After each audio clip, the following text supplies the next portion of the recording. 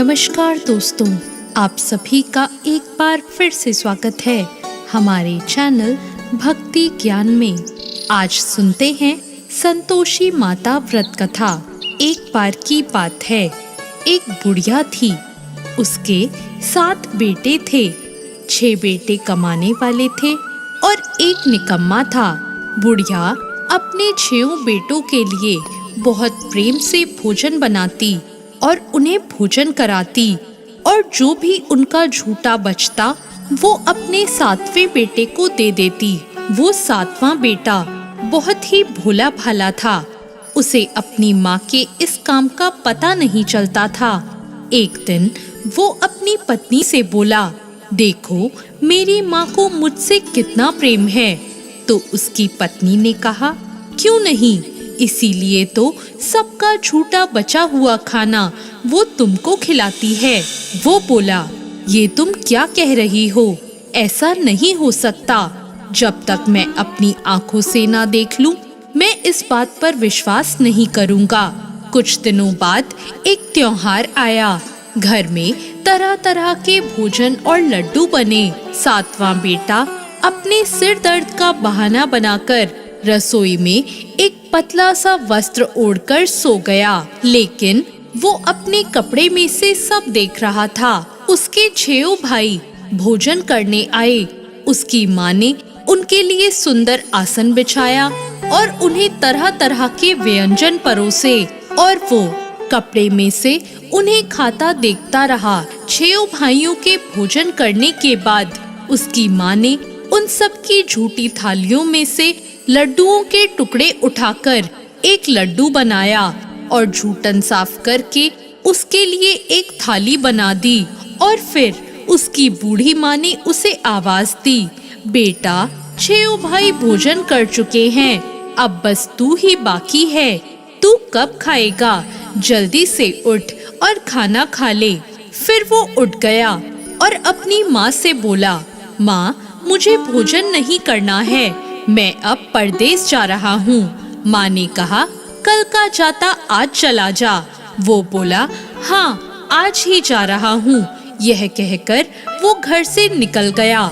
चलते समय उसे अपनी पत्नी की याद आई, जो कि गौशाला में उपले थाप रही थी। वो अपनी पत्नी के पास जाकर बोला, मैं परदेस जा रहा हूँ, तुम यहाँ संतोष से रहना। वो बोली, ठीक है चले जाओ, पर मुझे अपनी कोई निशानी दे जाओ जिसे देखकर मैं संतोष से रह सकूंगी। उसका पति बोला, मेरे पास इस अंगूठी के सिवा कुछ नहीं है, तुम इसे ही रख लो। और फिर उसने अपनी पत्नी से कहा कि तुम भी मुझे अपनी कोई निशानी दे दो। उसकी पत्नी बोली, मेरे पास क्या है, ये गोबर भरा हाथ है। यह कहकर उसने उसकी पीठ पर गोबर के हाथ की थाप मार दी और फिर वो शहर के लिए चल दिया। चलते चलते दूर शहर में पहुंच गया। वहां एक साहूकार की दुकान थी। वहां जाकर उसने कहा, भाई मुझे नौकरी पर रख लो। साहूकार को भी लड़के की जरूरत थी। साहूकार बोला, रह जा। उसने पूछा, तनख्वाह क्या दोगे? साहूकार ने कहा, काम देखकर ही दाम दूंगा। साहूकार के यहाँ वो नौकरी करने लगा। सुबह 6 बजे से रात 10 बजे तक नौकरी करने लगा और कुछ ही दिनों में दुकान का सारा लेन देन, हिसाब किताब सब कुछ उसने संभाल लिया। और साहूकार ने भी खुश होकर उसे आधे मुनाफे का हिस्सेदार बना लिया। कुछ ही वर्षों में वो वहाँ का नामी सेठ बन गया और साहूकार भी अपना सारा कारोबार उसकी जिम्मेदारी पे छोड़कर चला गया। अब उस 7वें बेटे के अपने घर से चले जाने के बाद उसकी पत्नी को सास ससुर दुख देने लगे। सारी गृहस्थी का काम उससे करवाने के बाद भी उसे लकड़ी लेने जंगल भेज देते और उसे भूसे से बनी हुई रोटी और फूटे नारियल में पानी देते।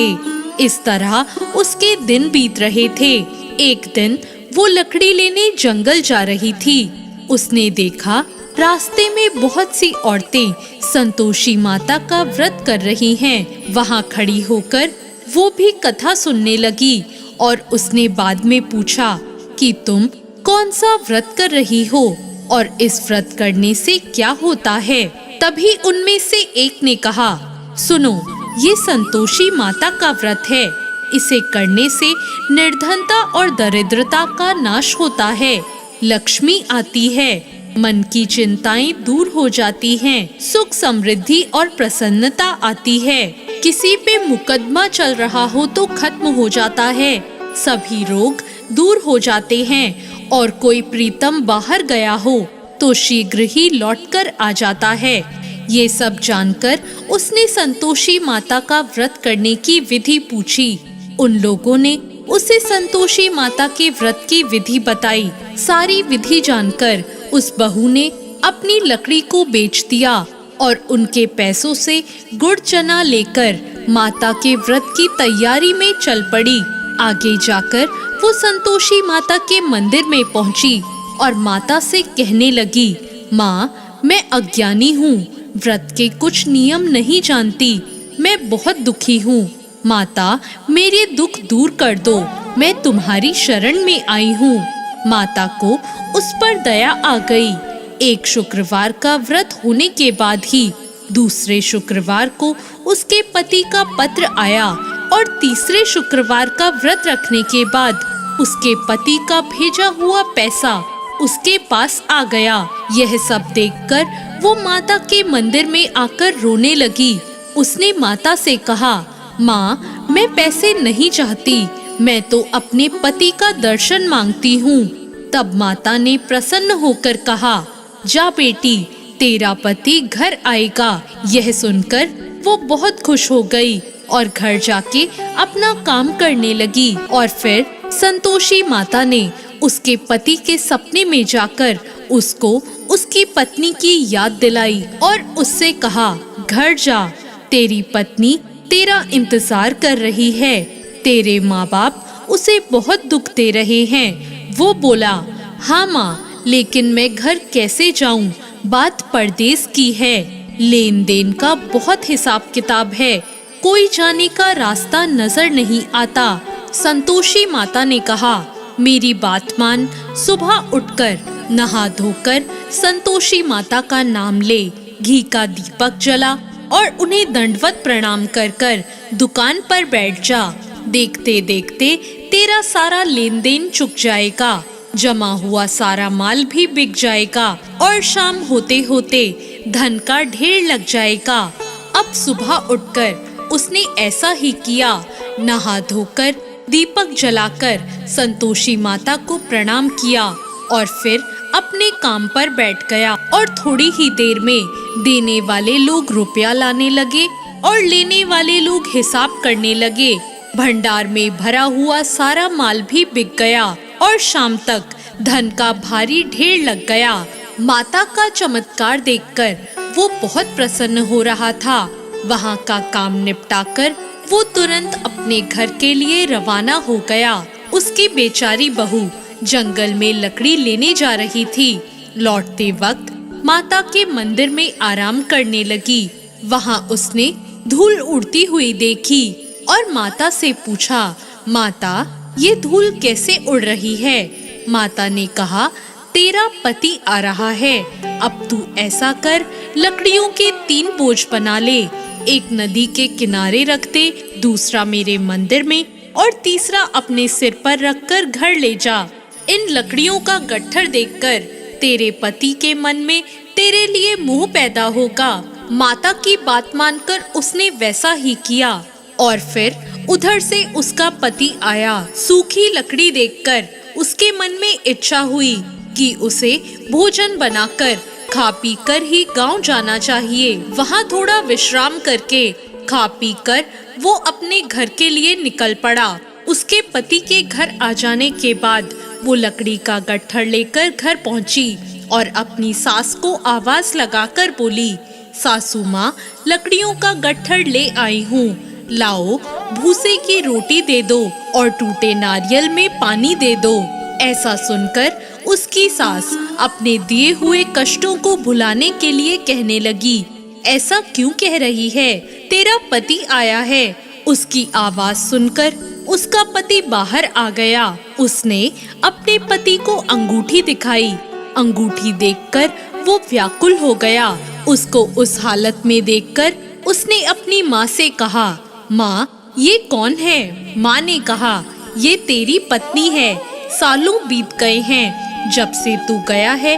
गांव में इस तरह भटकती रहती है, कोई कामकाज भी नहीं करती और आकर खा पी कर सो जाती है। और अब तुझे देखकर भूसे की रोटी और नारियल में पानी मांगकर मुझे शर्मिंदा करना चाहती है। उसका पति बोला, माँ, मैंने तुझे भी देखा और इसे भी। तू मुझे दूसरे घर की चाबी दे दे, मैं उसी में रहूंगा। माँ बोली, ठीक है, जैसी तेरी मर्जी। यह कहकर उसने चाबी का गुच्छा पटक दिया। वो अपनी पत्नी के साथ दूसरे घर में रहने लगा और वहाँ उसके राजा के महल जैसे ठाट बाट हो गए। इतने में शुक्रवार आया। उसने अपने पति से कहा, मुझे संतोषी माता के व्रत का उद्यापन करना है। उसके पति ने कहा, खुशी से कर लो। वो उद्यापन की तैयारी करने लगी और जेठानी के लड़कों को भोजन के लिए कहने गई। जेठानी ने अपने बच्चे से कहा, भोजन करते समय खटाई मांग लेना, जिससे उसका उद्यापन पूरा ना हो पाए। लड़के खाना खाने आए, खीर खाई, पेट भर गया। खाना खाने के बाद वो बोले, अब हमें खटाई दो, खीर हमें अच्छी नहीं लगी। उसने कहा, खटाई किसी को नहीं दी जाएगी, ये संतोषी माता का प्रसाद है। लड़के खड़े होकर पैसे मांगने लगे। वो भोली थी, कुछ नहीं जानती थी। उसने उन्हें पैसे दे दिए और लड़के जाकर उन पैसों की इमली ले आए और खाने लगे। यह देखकर संतोषी माता क्रोधित हो गई। राजा के दूत आए और उसके पति को पकड़कर ले गए। यह देखकर जेठ जेठानी कहने लगे, लगता है लूट का धन इकट्ठा करके लाया था। अब सबको मालूम पड़ जाएगा और जेल की मार खाएगा। ये सब उसकी पत्नी से सुना नहीं गया। वो रोती हुई माता के मंदिर गई और उसने कहा, माँ, अपने भक्तों को तुम कब से रुलाने लगी?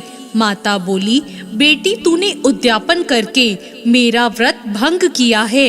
इतनी जल्दी तूने सारी बातें भुला दी। माता ने कहा, तुम्हें उन लड़कों को पैसे नहीं देने चाहिए थे। उसने माता से क्षमा मांगी और कहा, मैं फिर से उद्यापन करूंगी। माँ बोली, ठीक है, जा, तेरा पति तुझे रास्ते में आता मिलेगा। वो मंदिर से निकली तो उसने देखा रास्ते से उसका पति आ रहा था। वो घर गई। फिर शुक्रवार आया। उसने माता का उद्यापन करने को कहा। पति ने कहा, कर लो। फिर से वो जेठ के लड़कों को भोजन के लिए कहने गई। जेठानी ने एक दो बातें सुनाई और सब लड़कों को सिखाया कि पहले की तरह ही खटाई मांगना। लड़के भोजन से पहले ही कहने लगे, हमें खीर नहीं खानी, हमें तो कुछ खट्टा खाना है। वो बोली, खटाई किसी को नहीं मिलेगी, आना हो तो आओ, नहीं तो मैं किसी ब्राह्मण के लड़के को लाकर भोजन करा दूंगी। और उसने इस बार दक्षिणा की जगह उन्हें एक एक फल दे दिया। ये देखकर संतोषी माता बहुत प्रसन्न हुई। माता की कृपा होते ही 9वें मास में उसको चंद्रमा के समान सुंदर पुत्र प्राप्त हुआ। पुत्र को पाकर प्रतिदिन माता जी के मंदिर जाने लगी। माँ ने सोचा, ये रोज आती है, क्यों ना आज मैं इसके घर चलूं। और माता ने एक भयानक रूप बनाया। गुड़ चने से सना हुआ मुंह, बड़े बड़े होठ, जिन पर मक्खियां भिन भिन कर रही थी। माता के अंदर पैर रखते ही उसकी सास चिल्लाई, देखो कौन चुड़ैल डाकिन आ रही है, इसे भगाओ, नहीं तो ये किसी को खा जाएगी। उसके लड़के चिल्लाकर खिड़की बंद करने लगे, लेकिन बहू ये सब देख रही थी। माता को देखते ही वो दौड़ती हुई आई और बोली, आज मेरी माता जी मेरे घर आई है। और वो अपनी सास से बोली, माँ, मैं जिन माता का व्रत करती हूँ ये वो ही हैं, ये ही संतोषी माता हैं। इतना कहकर उसने झट से सारे किवाड़ खोल दिए। सबने माता जी के चरण पकड़ लिए और विनती करने लगे कि माता, हम सभी मूर्ख और अज्ञानी हैं। तुम्हारे व्रत की विधि हम नहीं जानते। व्रत भंग करके हमने बहुत बड़ा अपराध किया है। आप जगत की माता हैं, हमसे प्रसन्न होकर हमारे अपराध को क्षमा करो।